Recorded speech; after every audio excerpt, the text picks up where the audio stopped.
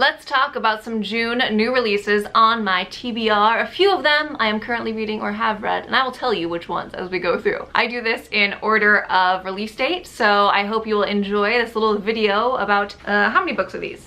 6 books that I will go through with you, and without further ado, let's get into this thing. First up is this truly gorgeous edition. I do not think the camera is doing it justice. The Way Through the Woods by Long Lit Woon on mushrooms and mourning. The subtitle is pretty much exactly as it sounds. Strange combination, but it actually is making a lot of sense. A little setup for this non-fiction for you. This is the true tale written by the woman herself. This is a woman who unfortunately lost her husband suddenly at his age of 54, and it was just completely unexpected, out of nowhere. In this book, she chronicles how she has learned to live or deal with the grief that followed his death, and how she did that through her journey of learning about wild mushrooms. So this is part memoir, part book on grief, part nature story, and I'm really enjoying it. It's very beautifully written, very fluid. It sort of alternates between her nature descriptions and the things she's learned about mushrooms along the way, with these very eloquent passages about her relationship with her husband, how the process of saying goodbye felt to her. It's a very individual story and a very powerful one. I'm really enjoying this. I read this in the mornings, about 25 pages. I like to read nonfiction in the morning usually, so this is the first one for this month, and it came out on July 2nd. So I'm not seeing a lot of coverage for this, but I definitely want to let you know about it. If you're at all interested in sort of nature, nonfiction chronicles, or memoirs that are really well written and this sounds interesting to you, then definitely give it a shot. It's really beautifully made. It's hard unless you're holding it to feel the sizing and everything, but the sizing's really cool. Let me compare it to another hardback. We'll compare it to Recursion, which is not in this video but happens to be sitting here. So you can see it's kind of slimmer and just has a nice feeling to it. There's also really lovely little illustrations on the inside, like throughout randomly. So really lovely little book. I'm enjoying it, and I hope if it sounds good to you, you will too. The Way Through the Woods. On to the next one. Next is Girls Like Us by Christina Alger. I recently read The Banker's Life, another one of Christina Alger's books. So just for the sake of having a break between the two, I'll probably wait a little bit to read this, but it did come out July 2nd. This is about an FBI agent who returns home to essentially take care of her father's effects after his passing, to spread his ashes, to say goodbye. And suddenly her father's partner asks her to be involved in this case of 2 murdered women. As she dives deeper into that case about why these women were murdered, and even the murder of her own mother so many years past, she's confronted with a lot of questions about her father, about herself, and their potential roles in the mystery surrounding this town. So I'm definitely intrigued by this. I hope it's good. I just need a break between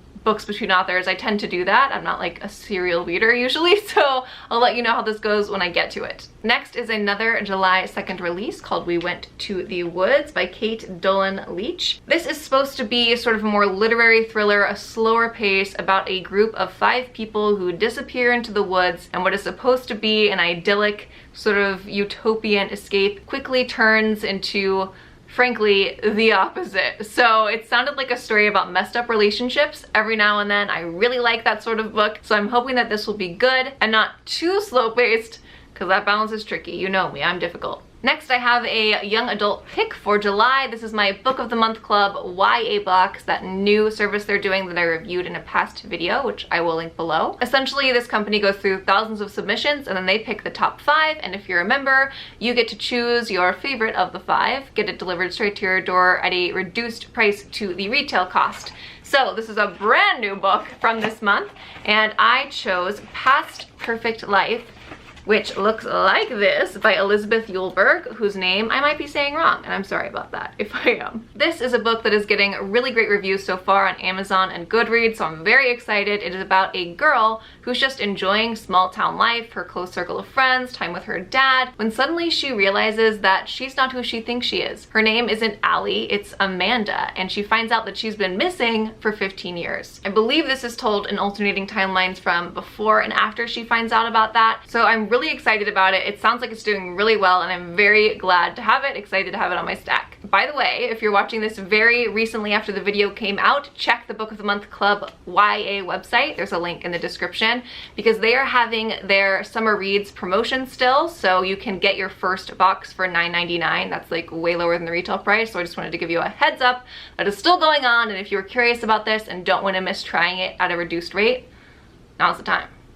I'll leave all the links below.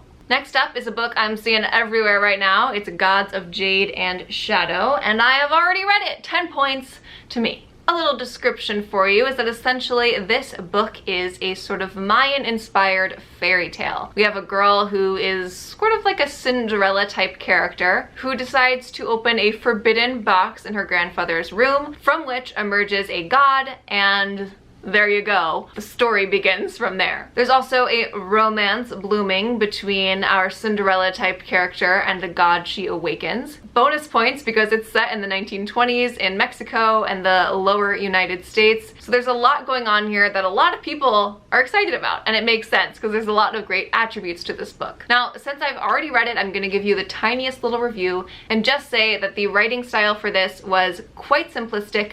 Like reading a fairy tale, it's designed to mimic a fairy tale and it's written like one. Sometimes the writing feels like it should be in a story that's only 20 pages long, but it's more like 320, so that can get kind of tiring to read in that style after a while. And the characters, because it's written in that tone, feel very distant, and it's also kind of formulaic in that it's the quest story, but it's more obviously so. Think traditional fairy tales or traditional quest stories. You've got point A, point B, point C, challenges that you have to get through leading to a bigger challenge at the end. So if you don't mind that, if you like it, this will probably be really fun for you. I enjoyed the myth elements quite a lot. It reminded me of these books I used to read in my school library when I was in elementary school. So getting to learn a little bit about the history and ideas of that region was really fun, and I definitely enjoyed aspects of it, but it was like a 3.5 star read for me, so take what you will from it. There's a mini review, there's a new release book.